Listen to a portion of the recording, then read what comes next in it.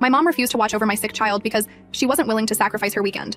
I missed an important interview to stay with my son and lost the chance for a promotion. When I said I wouldn't help them anymore, they started demanding money. Today they are standing at the doorstep saying they're homeless. I've always known my mother was selfish, but yesterday I discovered just how far she's willing to go. Some background: I'm 31, single mom to Gregory, and we've been on our own since he was 2. His dad moved across the country for a fresh start and sends birthday cards with $20 inside twice a year, once on Christmas, once on Gregory's birthday. Sometimes he remembers, sometimes he doesn't.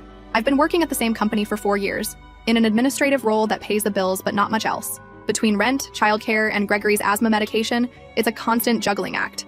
For the past 6 months, I've been putting in extra hours, taking on special projects, and basically doing everything possible to position myself for a promotion to executive assistant that would mean a salary bump. That might not sound like much to some people, but for us, it's the difference between constantly checking my bank account before grocery shopping and actually being able to breathe a little. My boss, Andrew, had been dropping hints that I was the front runner and finally scheduled my interview for Friday at 2 p.m. I had everything planned perfectly. Gregory would be at school, I'd take a long lunch for the interview, and be back at my desk by 3:30. Except Wednesday night, Gregory started coughing. Not his normal cough. That deep, barking seal cough that always means his asthma is flaring up. By Thursday morning, he had a fever of 101.3, and I knew there was no way he could go to school Friday. I called in sick Thursday to take him to the pediatrician, who prescribed a steroid and said Gregory needed to rest for at least 48 hours. When we got home, I immediately called my mom. This is where I made my first mistake. I assumed that given the circumstances, she would help. My parents live about 25 minutes away in the same suburban development they've been in since I was born. My dad is semi-retired and my mom doesn't work. They go out to dinner 3 times a week, take weekend trips to their lake house, and generally live a comfortable life. They've always been emotionally distant, but they've occasionally watched Gregory in true emergencies. When I called my mom and explained the situation, there was this long pause on the phone. Then she said, and I wish I was making this up, "Oh, honey, this weekend isn't good for us. Your father and I are going to the Williams anniversary party Saturday, and I need Friday to get my hair done and prepare. You know how these things are." I reminded her that this promotion would mean financial stability for her only grandson. I wasn't asking her to watch Gregory for the weekend, just for 2 hours on Friday afternoon. 2 hours. She sighed that long-suffering sigh I've heard my whole life, and said she just couldn't rearrange everything last minute, and that maybe this was a sign I needed to reevaluate my priorities as a mother. I hung up before I said something I'd regret. Then I called everyone else I could think of. Friends, neighbors, even Gregory's friends' parents from school. But with such short notice and him being sick, nobody could help. I tried calling my boss to reschedule, but he was in meetings all day. I left a message with Isla in HR explaining my situation and asking if we could move the interview to Monday. Friday morning, I got the response. Andrew had a packed schedule the following week, and Juliet from HR explained they needed to make a decision by Tuesday. The interview had to happen Friday or not at all. I was devastated but replied that I understood and would have to withdraw from consideration. Gregory spent Friday alternating between watching cartoons and napping on the couch while I tried not to cry every time I thought about what this meant for us. Around 4 p.m., my phone buzzed with a text from my mom. "How did the interview go? Did you make it work?" I stared at my phone in disbelief. It was like she had completely forgotten our conversation. Or maybe in her mind, I was supposed to magically solve the problem without her help. I didn't respond. Saturday morning, another text. "We're heading to the Williams party. You and Gregory should come by for dinner tomorrow. I'm making pot roast." As if nothing had happened. As if she hadn't just cost me the opportunity I'd been working toward for months. I finally called her Sunday morning while Gregory was watching TV. I told her we wouldn't be coming for dinner, and that I was hurt by her refusal to help when I needed her most. Her response? "You can't expect me to drop everything every time you have a crisis. I raised you, and now raising Gregory is your responsibility." The conversation deteriorated from there. I reminded her that in the 4 years since Gregory's father left, I'd asked for her help maybe 5 times total. She countered by listing all the birthday and Christmas gifts they've given him, as if presents make up for actual support. When I pointed out that I've helped them countless times, setting up their smart TV, driving my dad to physical therapy after his knee surgery last year, helping them move furniture when they redecorated, she dismissed it as things family just does. By the end of the call, I was shaking with anger and told her I needed some space. That maybe it was time I stopped dropping everything to help them when they never seemed to have time for me or Gregory. She got quiet and said, "You know, we were hoping you could help us out with some expenses this month. Your father's medication costs went up, and with the property taxes due." I couldn't believe it. In the same conversation where she refused to acknowledge how her selfishness hurt me, she was asking for money. Money I now wouldn't have because of the promotion I missed because of her. I told her I couldn't help financially right now, especially not after losing this opportunity. She mumbled something about how family should support each other. The irony was not lost on me, and hung up. Monday morning, I got the official email. The position had been offered to someone else, someone who managed to show up for their interview. I took my lunch break in my car and cried for a solid 20 minutes, then washed my face and went back to my desk like nothing happened. That evening, my dad called. He started with small talk about the weather and some neighborhood gossip before awkwardly transitioning to, "Your mother told me about your conversation." He tried to smooth things over, saying she didn't mean to seem unsupportive, but they really were counting on me to help with some bills this month. When I reminded him about the missed interview, he just said, "These things happen, honey. There will be other opportunities." It's now been 3 days. Gregory is feeling better and back at school. I'm back at my desk watching the person who got my promotion learning the ropes. My parents have called twice and texted multiple times, all about when I can contribute to their expenses this month. I'm done. After years of one-sided support, I'm finally setting boundaries. I texted them that I won't be able to help financially or otherwise for the foreseeable future, and I need them to respect that. Their response? We're family. We're supposed to help each other. Yes, we are family, but apparently that only matters when they need something from me. I don't know what happens next. Part of me feels guilty for cutting them off, but another part feels like I should have done this years ago. Gregory keeps asking when we're going to visit Grandma and Grandpa, and I don't know what to tell him. Edit. For those suggesting I should have taken Gregory to the interview, he was genuinely ill with a fever and couldn't stop coughing. I couldn't leave him alone, and bringing a 6-7-year-old to a professional interview wasn't an option. First update. It's been just over 2 weeks since my last post, and I wanted to update you all because things have taken a turn I honestly didn't expect, even with my parents' track record.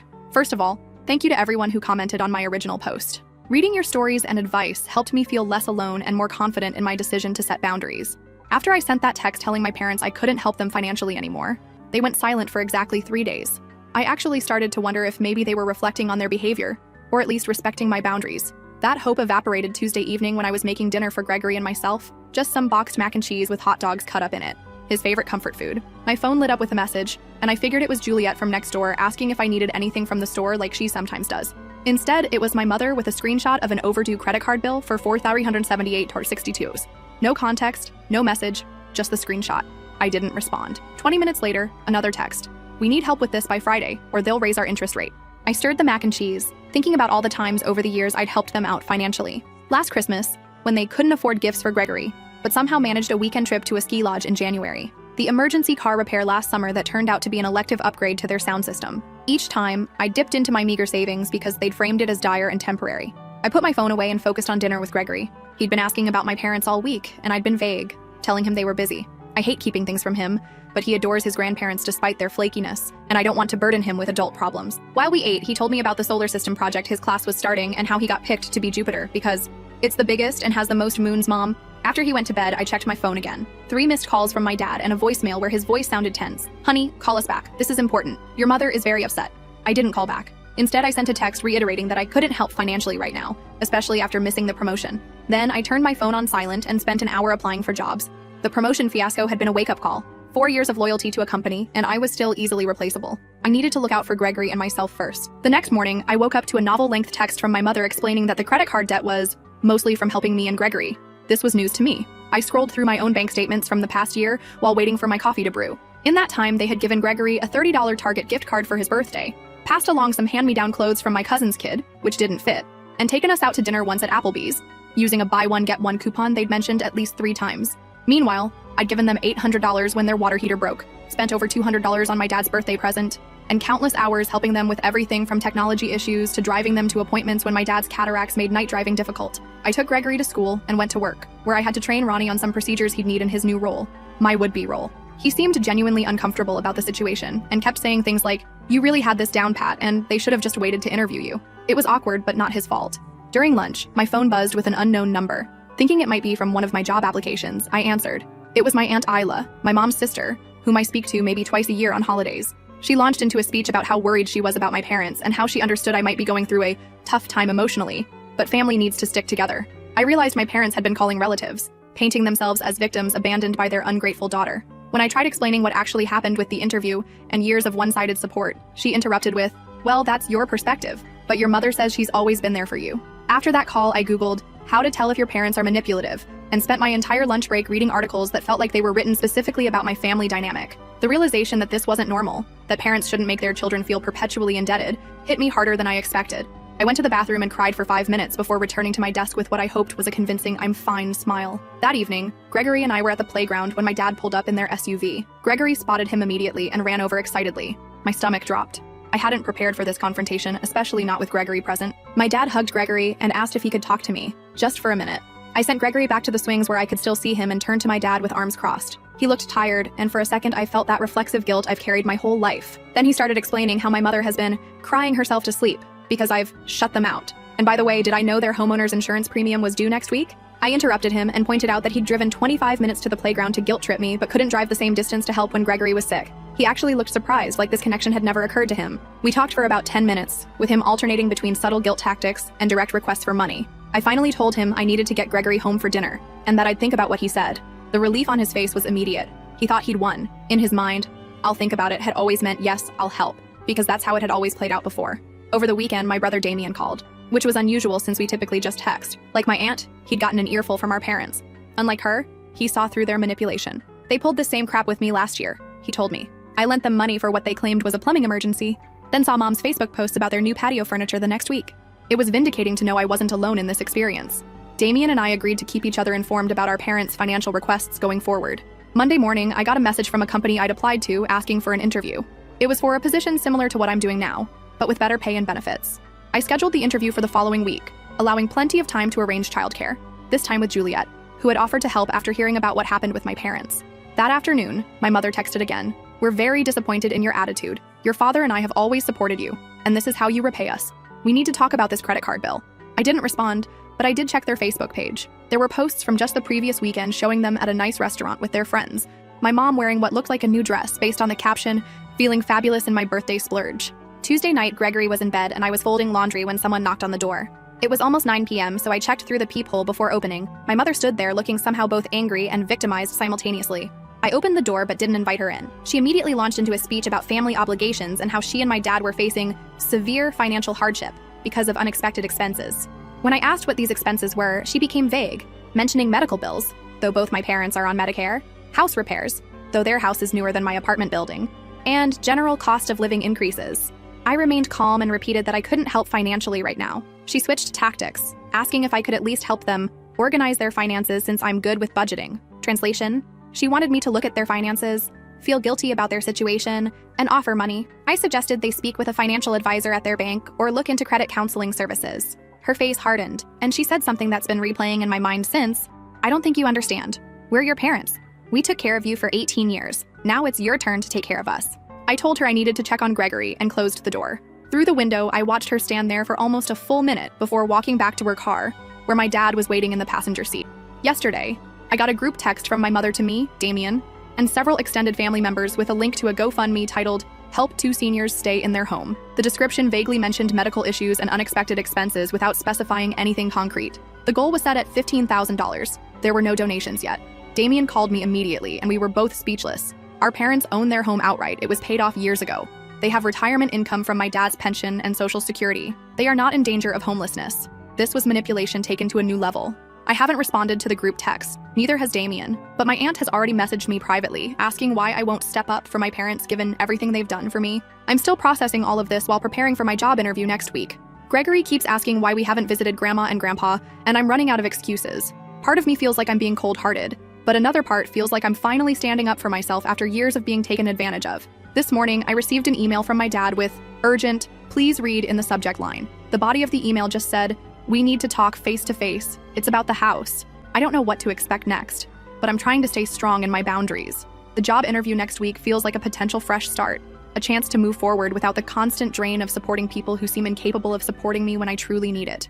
Has anyone dealt with escalating demands after setting boundaries with family? Any advice on how to handle this without completely burning bridges for Gregory's sake? Edit. Thank you all again for the support. To clarify some things from comments. No, I don't think they're actually in danger of losing their house. For those asking about Gregory's father, he pays the minimum child support required by court order, but it barely covers Gregory's asthma medication. Second update. It's been 3 weeks since my last update, and I'm still trying to process everything that's happened. I'm typing this on my phone at 1 a.m. because I can't sleep, so please excuse any typos. After my dad sent that urgent email about the house, I decided to meet with them in a public place rather than at my apartment. I suggested the Starbucks near Gregory's school last Saturday morning. I figured the public setting would keep things civil, and I could pick up Gregory from his friend's sleepover right after. I arrived early and grabbed a table in the corner. My parents walked in 15 minutes late, which was typical. My mom was wearing her designer sunglasses and carrying her Coach purse, the one I helped her pick out for her birthday last year. My dad had on his golf shirt despite the cool weather. Neither of them looked like people in dire financial straits. As soon as they sat down, they started talking over each other about how their mortgage company was harassing them about missed payments. I interrupted to point out that they'd told me multiple times over the years that their house was paid off. There was this awkward silence, and then my mom admitted they had taken out a home equity line of credit 3 years ago.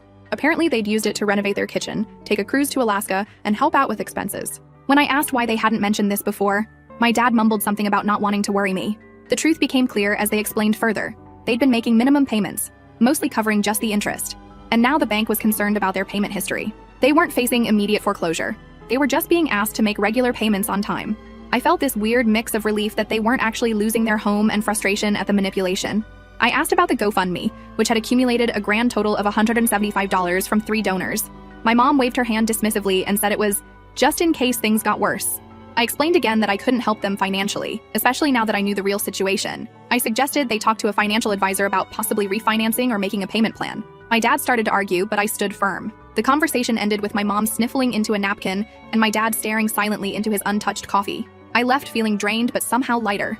I picked up Gregory, who was full of stories about his sleepover, and we spent the rest of the weekend doing homework and watching movies. I tried to put my parents out of my mind and focus on my upcoming job interview. The interview went surprisingly well. The position was with a smaller company but offered better pay and more flexibility. The manager, Douglas, seemed genuinely interested in my experience, and when I explained my childcare situation, without going into the drama with my parents, he mentioned that they had a work-from-home option for parents when kids were sick. I tried not to get too excited, but it felt promising. Then last Tuesday, while I was making dinner and helping Gregory with his Jupiter project, he was painting papier-mâché and our tiny kitchen table was covered in newspaper and glue. My phone pinged with a text from my Aunt Isla. It was a screenshot of a Facebook post from my mom.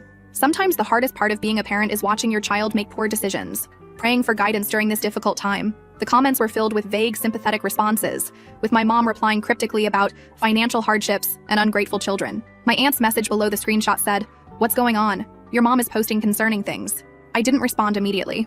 Gregory and I finished his planet, cleaned up the kitchen, and went through his bedtime routine. After he was asleep, I drafted several responses to my aunt but deleted them all. How could I explain years of one-sided support and manipulation in a text? Instead, I messaged my brother Damien, who confirmed he'd seen the posts and had already called out our mom in the comments. His comment had mysteriously disappeared within an hour. Wednesday evening, I got the call I'd been hoping for. Douglas offered me the job, with a start date 3 weeks out to give proper notice at my current position. The salary was $2,000 more than what the promotion would have been, plus better benefits and that crucial flexibility for Gregory's needs. I accepted on the spot and felt a wave of relief wash over me. This was the fresh start we needed. I picked up Gregory from after-school care and took him for ice cream to celebrate. While we were sitting at the little table, I got a call from an unknown number. I almost ignored it, but something made me answer. It was our apartment complex manager, asking if my parents were authorized to enter my unit. Apparently, they had shown up claiming they needed to drop off something important for Gregory but had forgotten their key. My stomach dropped. I had never given them a key, and they definitely weren't authorized to enter my apartment. I told the manager absolutely not, thanked her for checking, and immediately called my parents. No answer from either of them. I rushed Gregory through the rest of his ice cream and drove home, worried about what they might be up to. When we pulled into the parking lot, my parents' SUV was still there, parked in a visitor spot. I told Gregory to wait in the car with the doors locked, something I'd never done before, and promised I'd be right back. I tried calling my parents again as I walked to the manager's office, but still no answer. The manager, Ariana, looked relieved to see me. She explained that my parents had become increasingly insistent about accessing my apartment, claiming they'd left medicine for Gregory inside. When she'd refused without my authorization, they'd sat down in the lobby and said they would wait. They'd been there for almost 2 hours. I steeled myself and walked to the lobby, where I found my parents sitting with a small suitcase and my mom's oversized purse. They looked up when I entered, and my mom immediately burst into tears. My dad stood and started explaining that they had had a misunderstanding with their mortgage company, and their utilities had been shut off due to clerical errors. They needed a place to stay just for a few days until everything got sorted out. I stood there in disbelief. They had tried to manipulate their way into my apartment before I got home, presumably to establish themselves before I could object. I asked why they hadn't called first. My dad claimed their phones were about to be shut off too, and they wanted to tell me in person. Yet they'd managed to drive 25 minutes to my apartment and wait for hours instead of just calling. I told them they couldn't stay with me. My apartment has 1 bedroom, which I share with Gregory, and a pull-out couch in the living room that's barely big enough for 1 person. More importantly, I wasn't comfortable having them stay after everything that had happened. I suggested they could go to a hotel using the credit card they'd recently shown me, or stay with my Aunt Isla, who lived closer to them and had a guest room. My mom's tears turned to anger. She said I was abandoning them when they needed me most, just like I had accused them of doing to me. My dad started listing all the things they'd done for me growing up, paying for my school lunches, buying me clothes, taking me to doctor appointments. Basic parental responsibilities presented as if they were extraordinary acts of generosity. Gregory was still waiting in the car, so I had to end this quickly. I told them firmly that I would help them find alternative arrangements, but they could not stay with me. My mom grabbed her purse and stormed out, but my dad lingered, looking genuinely confused, as if he couldn't understand why I wasn't folding like I always had before. I spent the next hour making calls to my aunt, who reluctantly agreed they could stay with her for a few days, to my brother, who offered to drive over and help if needed, and finally to my parents, leaving a voicemail with my aunt's address and phone number, all while trying to keep things normal for Gregory, who sensed something was wrong but didn't understand what. The next morning, my dad texted to say they were at my aunt's and would figure things out. I went to work, gave my notice, and tried to focus on the positive changes ahead. When I picked up Gregory from school, he asked if Grandma and Grandpa were okay. I kept my explanation simple. They were having some problems with their house but were staying with Aunt Isla. He seemed satisfied with that. Friday afternoon, I was at my desk finishing up some paperwork when my phone buzzed with a notification from my building's resident portal. Someone had requested to be added to my apartment's approved visitor list. My parents. I immediately declined the request and called the manager to make it clear they should not be given access under any circumstances. Ariana hesitated, then told me something concerning. My mom had come by earlier claiming she needed to drop off Gregory's medication. When reminded that I had specifically denied them entry, she'd become argumentative, insisting that as Gregory's grandmother, she had rights. Ariana had remained firm, but warned me that my mother had mentioned coming back on Saturday, today, when she knew we'd be home. I thanked her and spent the rest of my workday distracted, running through scenarios in my head.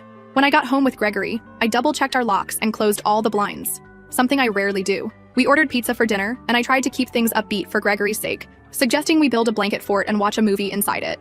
Around 8 p.m., while we were halfway through How to Train Your Dragon with popcorn scattered across our fort, someone knocked on the door. I knew immediately who it was. I told Gregory to keep watching while I answered, positioning myself so the door wouldn't open fully. My parents stood there with a small suitcase from before, plus 2 more bags. My dad smiled as if nothing was wrong and said they'd decided my place made more sense than my aunt's, since I had more room, completely untrue, and was closer to their doctors. Also untrue. My mom peered past me, calling out to Gregory, who perked up at the sound of her voice. I stepped into the hallway, partially closing the door behind me, and told them directly they could not stay with me. Not now, not this weekend, not just until things get sorted out. My mom's face hardened, and she said something that chilled me. We'll see what the police have to say about a daughter turning away her elderly parents with nowhere to go. It was such a blatant threat that I almost laughed. I calmly explained that as adults with resources, including at least one functioning credit card, a car, and relatives willing to house them, they were not homeless or elderly in any vulnerable sense. If they contacted the police, they would simply be directed to social services or back to my aunt's house. My dad, seemingly realizing their threat had failed, changed tactics. He mentioned that Gregory's birthday was coming up next month, and wouldn't it be sad if they couldn't attend or bring presents because they were living in their car? The manipulation was so transparent, it made me feel sick. I told them I needed to get back to Gregory, and that I would be blocking their numbers temporarily. I suggested they return to my aunt's or use their credit card for a hotel. Then I went back inside, locked the door, and returned to our blanket fort, my hands shaking slightly. Gregory asked if Grandma and Grandpa were coming in. I told him they had just stopped by to say hello, but had to go to Aunt Isla's house. He accepted this and went back to the movie. But I spent the rest of the evening on edge, jumping slightly at every noise from the hallway. They knocked twice more before finally leaving. I checked through the peephole each time but didn't open the door. Around 10 p.m., after Gregory was asleep, I got a flurry of texts from both of them, ranging from guilt-tripping, I guess 30 years of parenting means nothing, to angry, you'll regret this when we're gone, to bizarre claims that they were now officially homeless. And it was my fault. I didn't respond to any of them. Instead, I texted my aunt, who confirmed they had returned to her house, complaining loudly about my cruelty, but accepting her guest room nonetheless. This morning, I woke up to an email from my dad with a detailed list of everything they had ever spent on me, from my birth through college, with an estimated total at the bottom that he claimed I owed them. Items included basic necessities like food, clothing, and doctor visits, as well as emotional labor with a dollar amount assigned. I'm not responding to that either. Instead, I took Gregory to the park, helped him with homework, and I'm trying to focus on our future with my new job. But I'm worried about what they might try next. They've never taken no for an answer before, and they seem determined to make this my problem. Edit. Several people have asked if I can stay with a friend temporarily. Unfortunately, that's not really an option with Gregory's school and my work schedule. Plus, this is our home. I don't want to be driven out of it. Edit 2. To those suggesting I call Adult Protective Services, my parents are in their early 60s, fully mobile, mentally competent, and have resources. They are choosing this behavior as a manipulation tactic, not because they're vulnerable adults who can't care for themselves. Last update. I wasn't sure if I'd ever post another update, but something happened yesterday that I'm still processing, and writing has always helped me sort through my thoughts. Plus, so many of you have reached out asking how things turned out that I figured I owe you the final chapter of this saga. It's been just over 6 months since that night my parents showed up at my door with suitcases, claiming homelessness. A lot has changed since then, mostly for the better. I've been at my new job for 5 months now. The promised flexibility has been real. When Gregory had an asthma flare-up last month, I worked from home for 3 days without any guilt trips from management. The extra income hasn't made us rich by any means, but I no longer wake up at 3 a.m. calculating whether I can afford both Gregory's school supplies and the electric bill. We moved too, about 7 weeks ago. Just a small 2-bedroom apartment in the same school district, but Gregory finally has his own room. You should have seen his face when we went furniture shopping at IKEA and I told him he could pick out his own bedspread. He chose one with planets. Our refrigerator isn't constantly on the verge of dying, and the shower maintains water pressure for more than 5 minutes. Small luxuries that feel enormous after years of making do. As for my parents, that situation has been complicated. After the night they showed up at our door, I didn't hear from them directly for almost 3 weeks. Instead, They launched what my brother Damien calls the family PR campaign. My Aunt Isla, various cousins, even my dad's bowling buddies, all contacted me with different versions of "they're really struggling" and "family should stick together." I started therapy about a month after my last post. My new insurance covers it, and honestly, it's been eye-opening. My therapist helped me see patterns I'd been blind to my whole life, how I'd been trained since childhood to feel responsible for my parents' happiness and financial stability, how no was never treated as a complete sentence in our family, how guilt was weaponized whenever I tried to establish independence. I kept the documentation going, saving every text, email, and voicemail. In late March, I had to use it. My parents somehow convinced Gregory's school that they were authorized to pick him up for a doctor's appointment. Thankfully, the front office called me to confirm, and I was able to rush over there. My parents were in the parking lot waiting. When I confronted them, my mom claimed they just wanted some quality time with their grandson. After that incident, I spoke with the school administration, showed them the documentation of ongoing harassment, and they updated their security protocols. That was the turning point. I sent a certified letter to my parents stating that any further attempts to see Gregory without my explicit permission would result in legal action. I didn't want to do it. Writing that letter made my hands shake. But Gregory's safety had to come first. They backed off after that, at least physically. Gregory has struggled with all this, unsurprisingly. He misses his grandparents and doesn't fully understand why we don't see them anymore. I've tried to explain in age-appropriate ways without demonizing them. We've had many conversations on the drive to school about how sometimes people we love can make choices that aren't healthy, and how it's okay to love someone but need space from them. I'm not sure how much sinks in, but he seems to be adjusting. My relationship with my brother has actually improved through all this. Damien and I were never particularly close. He's 5 years older and moved across the state after college. But dealing with our parents' behavior has brought us together. He visits about once a month now, and Gregory adores his cool uncle, who teaches him card tricks and brings him comic books. In April, I learned through family gossip that my parents had indeed fallen behind on their mortgage payments, but not because they were destitute. They'd been prioritizing credit card spending over housing payments, assuming they could always catch up later. According to my aunt, who has become surprisingly supportive once she saw the full picture, they worked out a payment plan with the bank and are no longer in danger of foreclosure. They never were truly homeless. It was manipulation, pure and simple. My aunt also let slip that my mom had been furious when I got the new job instead of helping them out financially. Apparently, she'd been counting on my guilt as a reliable income source, and my sudden backbone had thrown off their financial plans. I wish I could say I processed all this with perfect emotional clarity, but that wouldn't be true. There have been nights I've cried after Gregory went to bed, wondering if I'm doing the right thing. Days I've composed lengthy text messages explaining my perspective, only to delete them unsent. Moments I've seen something Gregory did and thought, Mom would love this, before remembering where we stand. The hardest part has been holidays and birthdays. Gregory turned 8 last month and he asked if Grandma and Grandpa were coming to his party. I had arranged a small celebration at the local bowling alley with a few friends from school. When I told him they weren't coming, his little face fell for just a moment before he rallied and started talking about the cake. That moment gutted me. I did send them photos of Gregory at his party through my aunt. I'm not trying to cut them off from knowing anything about his life. I'm just setting boundaries about direct contact until I can trust their behavior. Now, about that unexpected call. Yesterday morning, I was making pancakes for Gregory, our Saturday tradition, when my phone rang with my dad's number. I nearly declined it automatically, but something made me answer. His voice sounded different, quieter, less entitled somehow. He asked how we were doing, and for once, he actually waited for my answer instead of launching into his own issues. I gave vague, polite responses. Then he said something I never expected to hear. My mom had started seeing a therapist too. Apparently, after months of getting nowhere with their campaign to regain access to me and my wallet, my mom had a health scare. Nothing serious, just high blood pressure that required medication adjustment. But it prompted her doctor to recommend therapy for stress management. She'd been going for about 6 weeks. According to my dad, her therapist had been helping her recognize some of her behavior patterns. He said she was starting to understand how her actions had pushed me away. There was no grand apology, no dramatic promises of change, just my dad saying she was working on some things and seeing things differently. He just said they'd like to gradually rebuild some kind of relationship on whatever terms I was comfortable with. I told him I needed time to think about it, and he accepted that without argument. Another surprising change. Before hanging up, he mentioned that they'd set up automatic payments for their mortgage and were working with a financial advisor at their bank. It felt like he was trying to show they were addressing the problems that had led to their homelessness claims. I'm still not sure what to do with this development. 6 months of therapy has taught me to be cautious about getting pulled back into old patterns, but it's also helped me recognize that relationships can evolve if both parties are willing to do the work. The question is whether my mom's therapy is genuine self-reflection or just another tool to get what she wants. For now, I'm taking it day by day.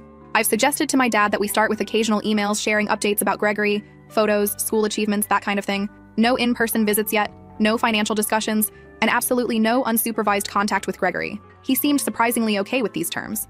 My therapist has suggested that true change takes time to prove itself. Words are easy. Consistent actions over months or years are what matter. So I'm proceeding with cautious optimism, but keeping my boundaries firm. Life isn't perfect. Our new apartment has a persistent dripping sound in the bathroom that the maintenance guy can't seem to fix. My car made a concerning noise last week that I'm ignoring because I don't want to know what it will cost to repair. Gregory still sometimes has nightmares and crawls into my bed at 2 a.m. My new job has its own stresses and office politics, but underlying all these ordinary challenges is a new feeling I'm still getting used to. The sense that I'm finally steering my own life instead of just reacting to everyone else's emergencies. It's both empowering and terrifying. I don't know what the future holds with my parents.